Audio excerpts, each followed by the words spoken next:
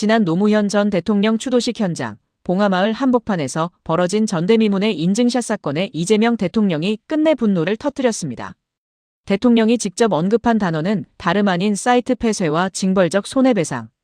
도를 넘은 조롱과 혐오 문화를 아예 뿌리 뽑겠다는 초강수입니다.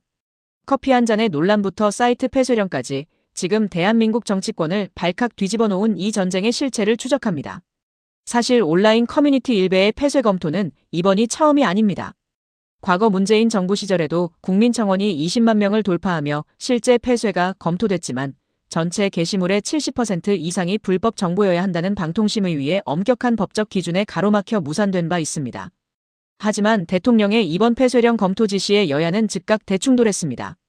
여당은 상식을 뛰어넘는 상습적 혐오에는 책임이 따른다며 전폭적인 입법 지지에 나선 반면 야당은 북한 찬양 사이트들만 표현의 자유를 누리냐, 대통령 본인부터 성찰하라며 과도한 기본권 침해라고 강력하게 반발하고 나섰습니다.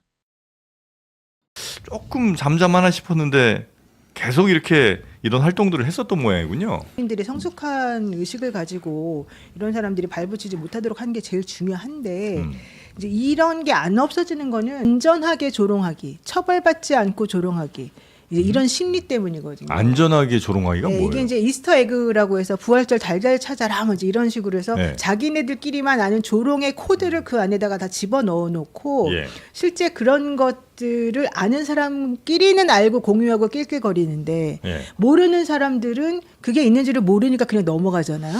그러면 그것 자체를 또 비웃는 소재로 삼는 거예요. 그래서 실제 이번에 그 5.18 탱크데이도 사실은 그 맥락에서 우리가 확인을 해봐야 되는 것이고 네. 이게 되게 비겁한 심리 그리고 이게 옳지 않다는 걸 사람들이 알고 있기 때문에 그걸 드러내놓고 정정당당하게 말을 못하면서도 자기네들은 되게 이런 걸 가지고서 우월 의식을 이제 느끼는 거지. 손해배상 청구 소송 정도는 이제 한번 해볼 수가 있겠죠. 예. 근데 거기다 대고 아닌데 나 그런 의도가 전혀 없었는데 내가 고의가 아닌데요 이렇게 말을 해버리면 그 고의성을 입증하기가 사실 매우 쉽지가 어려워요. 않다는 거죠.